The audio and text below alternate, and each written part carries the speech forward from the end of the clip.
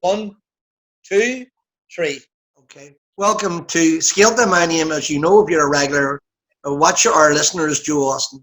And Scéalta is a joint production between Fila and Yuri, Falcha Fears to Hear, and Fila and Fubble. And what we try to do every week is to bring you someone who has a different dimension to life, different experience, someone who perhaps you wouldn't have readily made access to on the more establishment media. My guest today is Glenn Bradley. Glenn, so welcome to Scéalta. Thanks very much, Joe. Glad to be here. What I normally would do at this stage is give a synopsis of the person who I'm going to interview. But in your case, because you had such a diverse background, I'm going to give wee bits and then you fill in the blanks that I have left out. But let me acknowledge just before we start, we have a lot in common. Apart from being friends, we have a lot in common. We're both Shankill roadmen. I was born in Townsend Street. And recently, when you were doing some work with the former Belfast Mayor, Dirty Harkey, you brought me to the street that you grew up in. So let me try and list some of your titles. And then as I say, you correct me or you do it. So you're a former British soldier. As a child, you were injured in an IRA bomb that led to a scar, I think, on your very delicate face. You are someone who's a successful business person. You're someone who was a senior member of the Ulster Unionist Party. You're someone who was involved in Veterans for Peace. You are a peacenik. In other words, you're a peace campaigner. You're a successful businessman, and you're probably the best looking guy ever to come out of the Shankill Road. Now, if that covers most of it, leave us just a wee bit about you. So you go ahead, you tell me a bit about you. I silence this phone. Well, you basically covered it. I was born, reared and raised in 32 Emsworth Drive in the Woodvale area. You keep saying the Shankill, but actually back in the day, if I had said I was from the Shankill, my granny would have beat the face off me and said, "You're not from the Shankill, you're from the Woodvale, son." I was born into the loyal Irish tradition, but I wouldn't necessarily say Orange, although some of us were involved in the Orange and the Black, including myself for periods of time.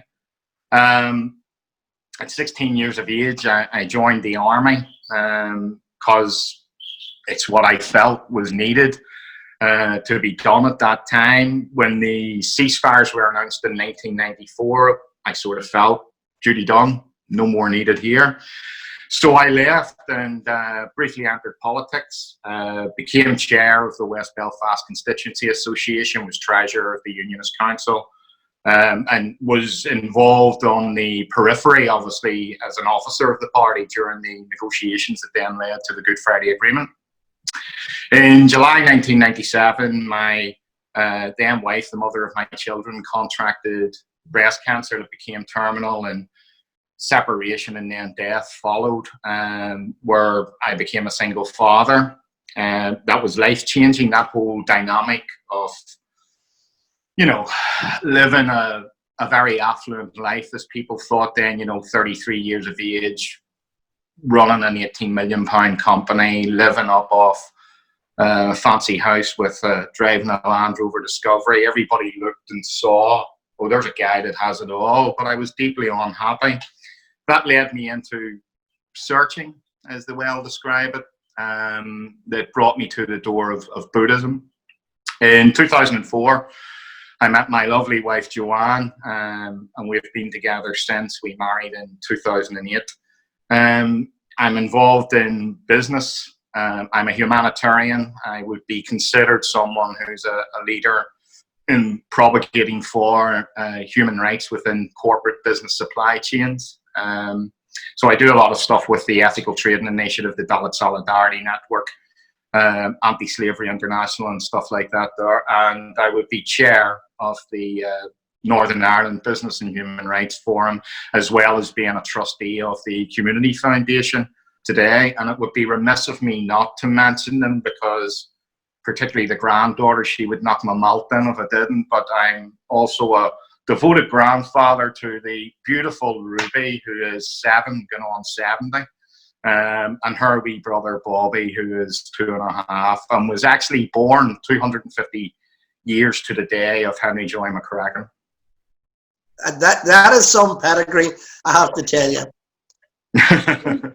People in this part of our extended West Belfast community would be, and those of a certain age would have a particular experience of growing up during the conflict, and for some even pre-conflict, and they can tell you, or they'll relate the stories about how difficult it was for working class kids to grow up, to get a formal education, to get a job.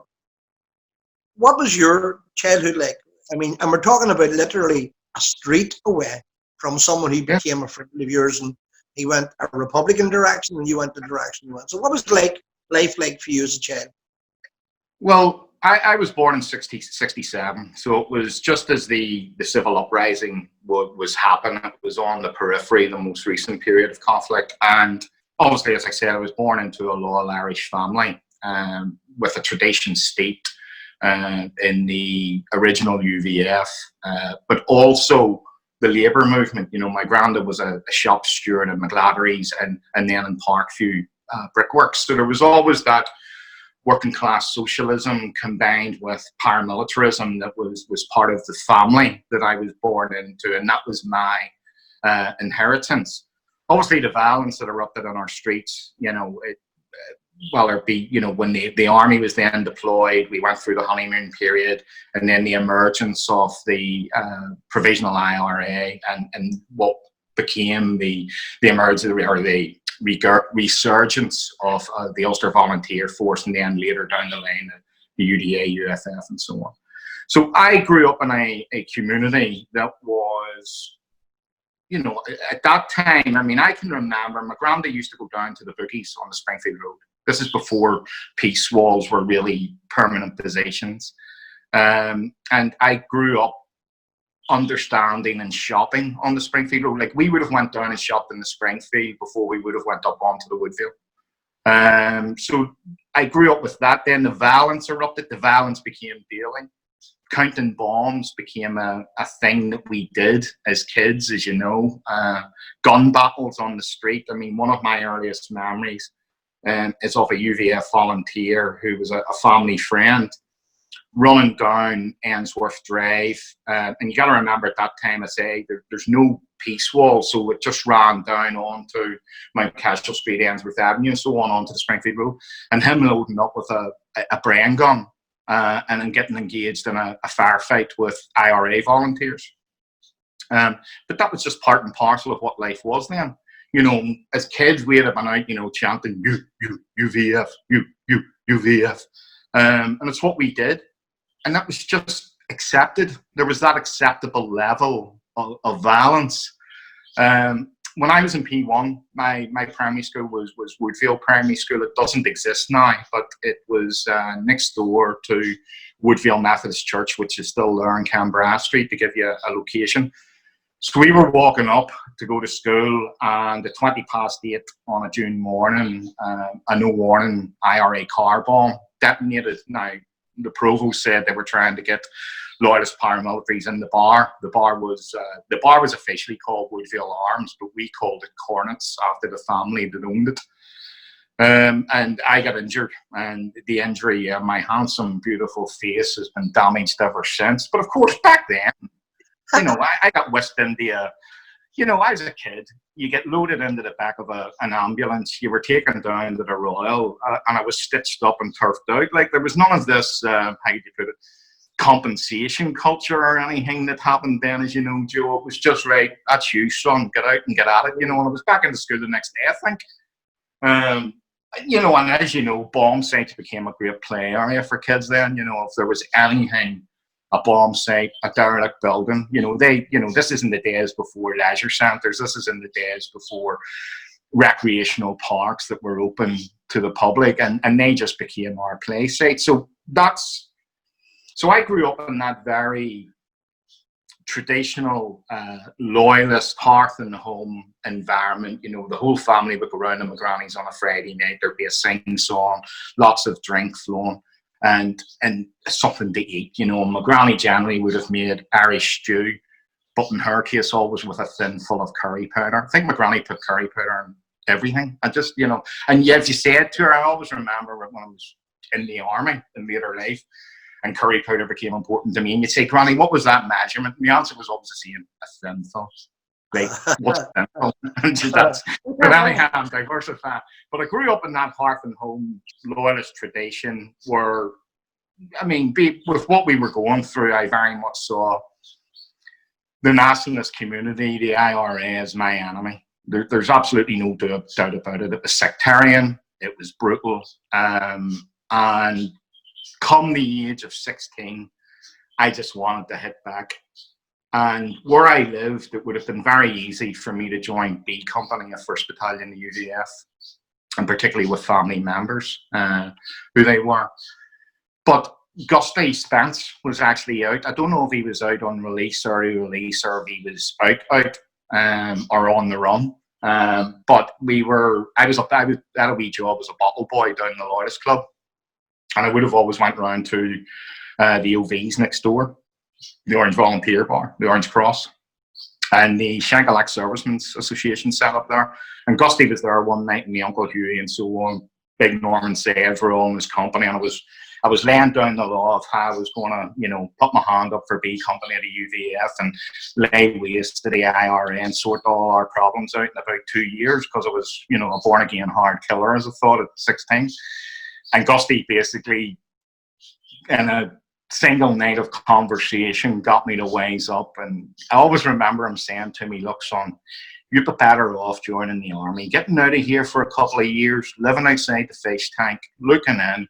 And then if you really want to come back and take the war to the IRA, you'll be better trained to do that. And that ultimately was what led to me, or the motivation that led to me joining the army. And I left Belfast at 16 for Sir John Moore Barracks in Shorncliffe, Folkestone, Kent, where I trained as a junior leader and went on to serve in a couple of infantry regiments through to the ceasefires. I was in government service through to 1994. Just for clarity, let me just, for those who don't know, and I do know, your Uncle Q was Q Smith. Yes. Or Wee Shuey.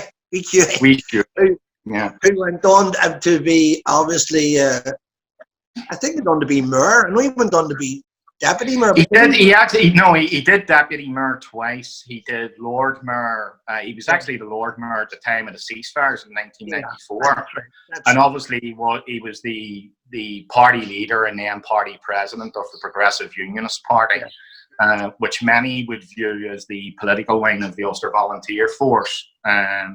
But yeah, that's who. And Hughie, my Uncle Hughie, my granda Jimmy, and obviously my own dad would be the three male mentors in my early life that were the pillars of who certainly guided me. So from my granda, I got the socialism, I think, and the labour movement and everything else, because he was just brilliant at explaining things. Like, one of the stories I always tell is we obviously didn't have inside toiletry. It was a toilet out in the yard. Yeah. No heating, nothing. If we wanted hot water when I was growing up, with the boil a kettle. I got washed at a sink in the kitchen and each morning until I was 12 years old. Tin bath on a Friday night.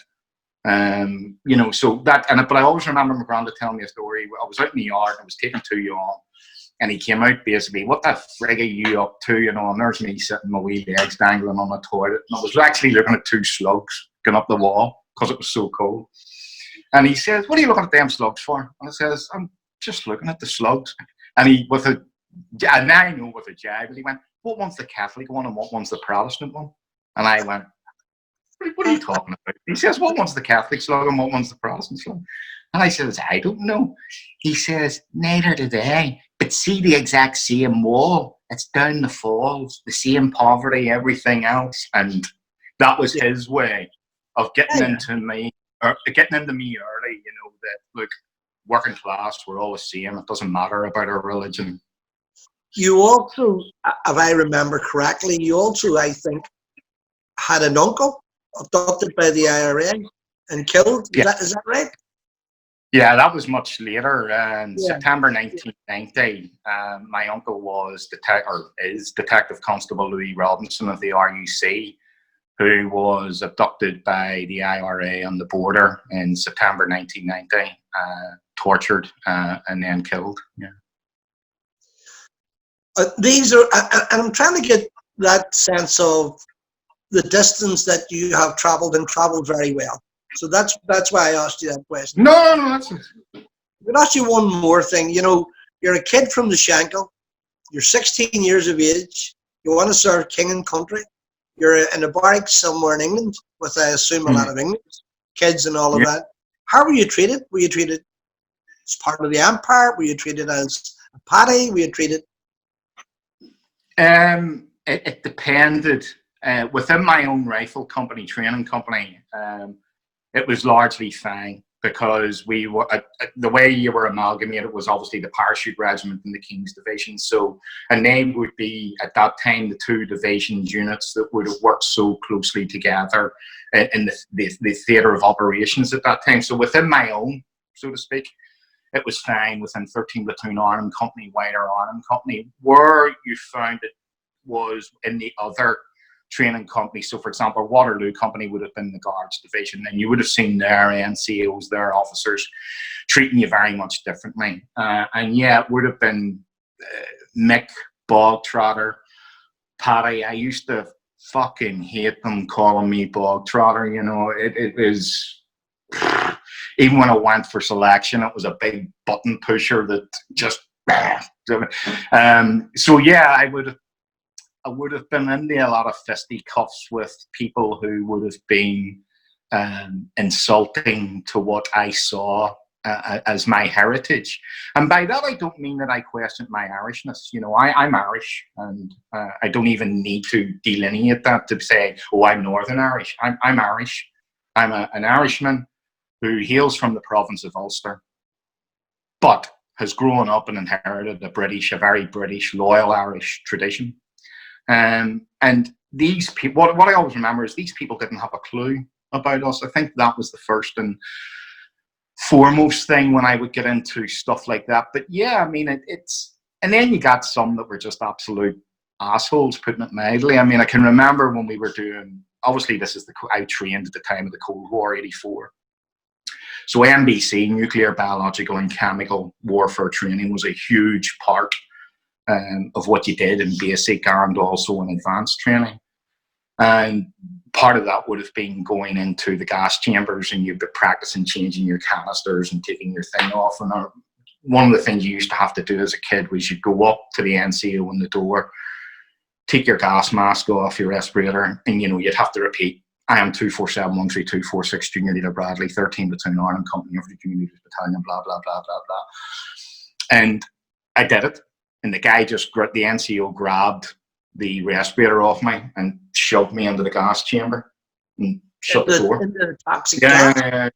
Yeah, I mean, I don't think training NCOs would get away with things like that now in the modern army, but back then, that type of bullying and harassment was, you know, and it was basically, you Mick fucker, as he shut the door. And they gassed me for about 10 minutes so that when I came out, you know, well, you know what CS gas does to you. So I was in an enclosed environment about the size of this kitchen, gassed for 10 minutes and literally rolled out. And but that was all, you know, I look back on it now as a man in my 50s, and I just sort of grin and go, well, it was character building stuff, that's for sure.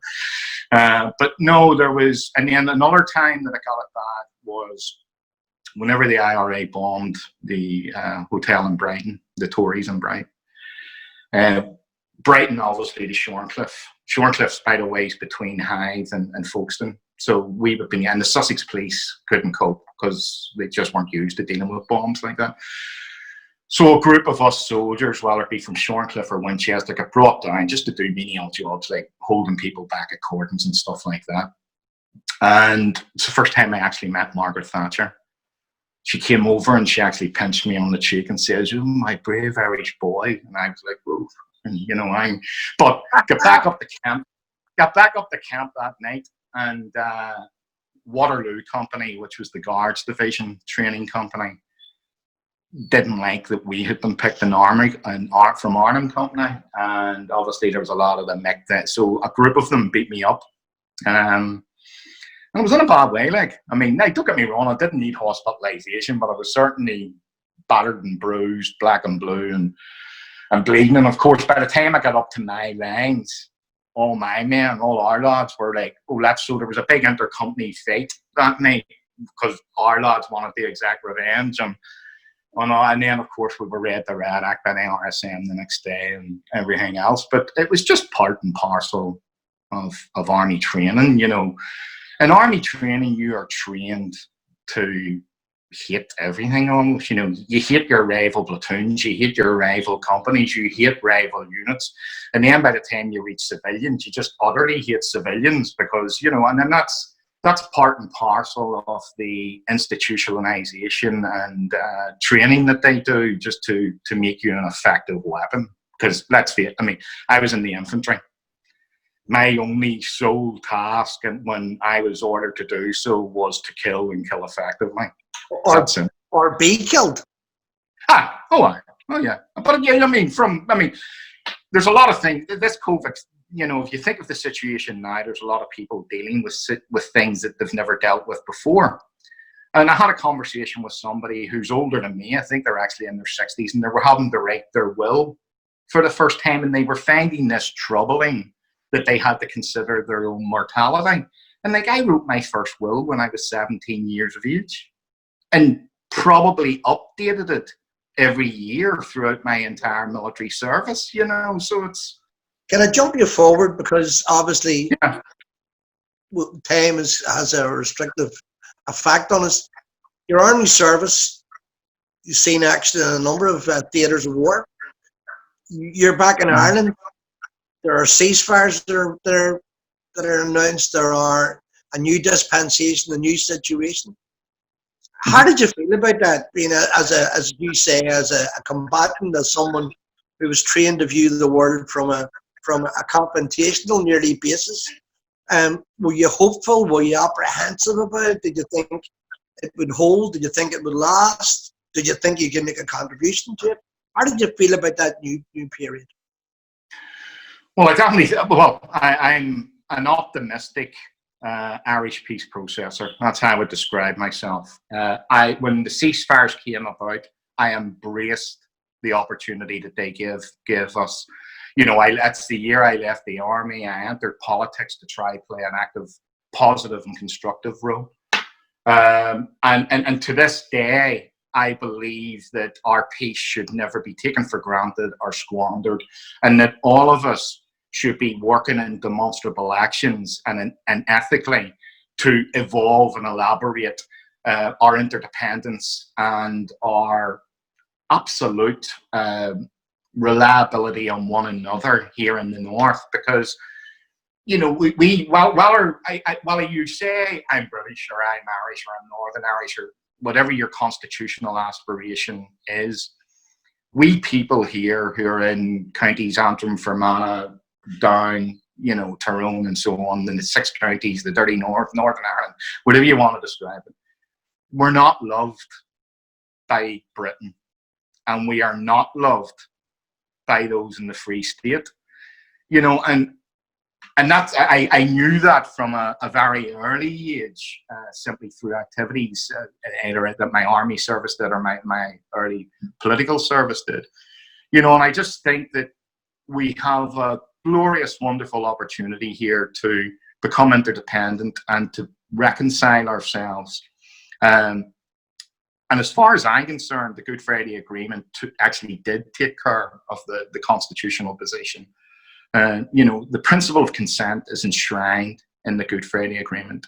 And if you want to be pro the UK, it is up to you to convince the population, as new people, new voters enter the cycle, it's up to you to convince those new voters to be pro UK or to be pro a new dispensation in this island. Now, if you're asking me today in 2020, am I pro UK? I don't think I am any longer. For me, while I can see what UK means, events like Brexit, events like this pandemic, and how the shameful actions of the Westminster government throughout both have made me actually go, you know what? I would actually rather take a risk and try something different. Now, by that something different, I don't mean us bolting into the present establishment of the Irish Republic. I mean something revolutionary, different in this island, that could potentially create a new sovereign state in which people from my background are welcomed and are included and play an important part. What I'm saying, Joe, is I would rather be an active citizen on an island of 7 million people than be a subject who is completely treated like crap in a dysfunctional kingdom of almost 66 million. That's sort of where I've got to. The first time I met you, and you probably won't remember this, was you were taking part in a Scéalta event, Scéalta and Fubble event. And what struck me was, you know, the courage that was required to engage. Sometimes the most frightening thing about talking to people is the fear of the unknown. So, yeah. And all of those jobs or tasks or titles that I listed when we began, really, they're all about you engaging. They're all about reaching the hand out. They're all about entering the unknown territory. Did you find that, if you can even call it, did you feel a new, a good experience, a frightening experience? And anything that there's a couple of things that I'll say. People are business and business is people. If you want to conduct or evolve or construct something positive, you have to engage with people. That's just in general. The second thing I'll say is you don't make peace with a clenched fist. So for me, it's about my integrity and my ethics. I can't honestly sit and say, I'm a veteran for peace. I am a former Unionist Party member who advocated for the Good Friday Agreement, and then pull the shutters down. You know, it goes back to this, that to be peace, we have to participate and evolve peace. And that begins actually with change in our hearts, you know, and it's something. In Veterans for Peace, we have an awful lot of young veterans come in now, and obviously they've served in Afghanistan, they've served in Iraq, theatres I wouldn't have served in. And a lot of them are angry, really angry. And, you know, the first thing I say to them is, look, in order to be a veteran for peace, you have to first be a veteran at peace. And I think there's a huge amount of people in our society who propagate peace, talk peace, but they don't have it here, Joe. They don't have it in their heart. And I'm about having it in my heart. I'm about exemplifying peace building, peace processing, and demonstrating that in action, not words.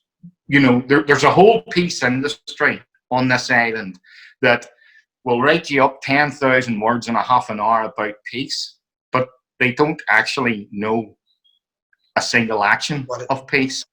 And that's not me. I'm not part of that. I'm about, through demonstrable evidence and demonstrable practice, demonstrating that we can reconcile, demonstrating that we can be interdependent, and that regardless of our pasts, it's what we do today that counts. And what we do today is simply keep building, keep expressing the authentic desire that exists across this island for peaceful reconciliation and the evolution of proper quality of life politics, because that's also another big part of this. You mentioned in our introduction that you're into mindfulness. So yes. Yeah, in these lockdown areas, how helpful? First of all, can you briefly explain what mindfulness is, just briefly, and then tell us how it can be put to use every day, all day. Mindfulness depends what angle you come at it from. You know, I initially came at it through Buddhism. You know, I went searching to find out about me, you know, someone raised in the Methodist faith by well-intentioned people, but who didn't practice Methodism, was never happy with Christianity, who went looking to get an answer to life. And I ended up at the door of Buddhism. And I don't view Buddhism as a religion, but the practice of mindfulness for me is thought, word, action. And it is a matter of, for example, if I'm in a room and there's a lot of discussion going on, if no matter what is being said in that discussion, of what if I can't contribute in a positive and constructive way, then I'm better off saying nothing. We have an awful lot of people here like to just cut in and rant and throw vindictiveness and troubling words out. And unfortunately, because of our history, words do hurt and words can cause pain. And I just think that there's too many, particularly in the political arena, who do not think what they say. Mindfulness is about being mindful, in short, of what you're thinking, because what you're thinking will then be how you act or how you speak. Now, today, again, keeping in mind it was over 2 decades ago I came to this, my mindfulness is simply doing a lovely meditation in the morning where I just sit in silence and ponder the day ahead, and to also where I can do a walking meditation. And that's something that I actually learned but from Thai Nhat Hanh in his retreat over in Plum Village in France. But that to me is what mindfulness is. It is being mindful of how you think first, because what you think will then generate how you act and how your words are spoken and how you behave. And realistically, if you have nothing positive and constructive to add to the pot, keep silent.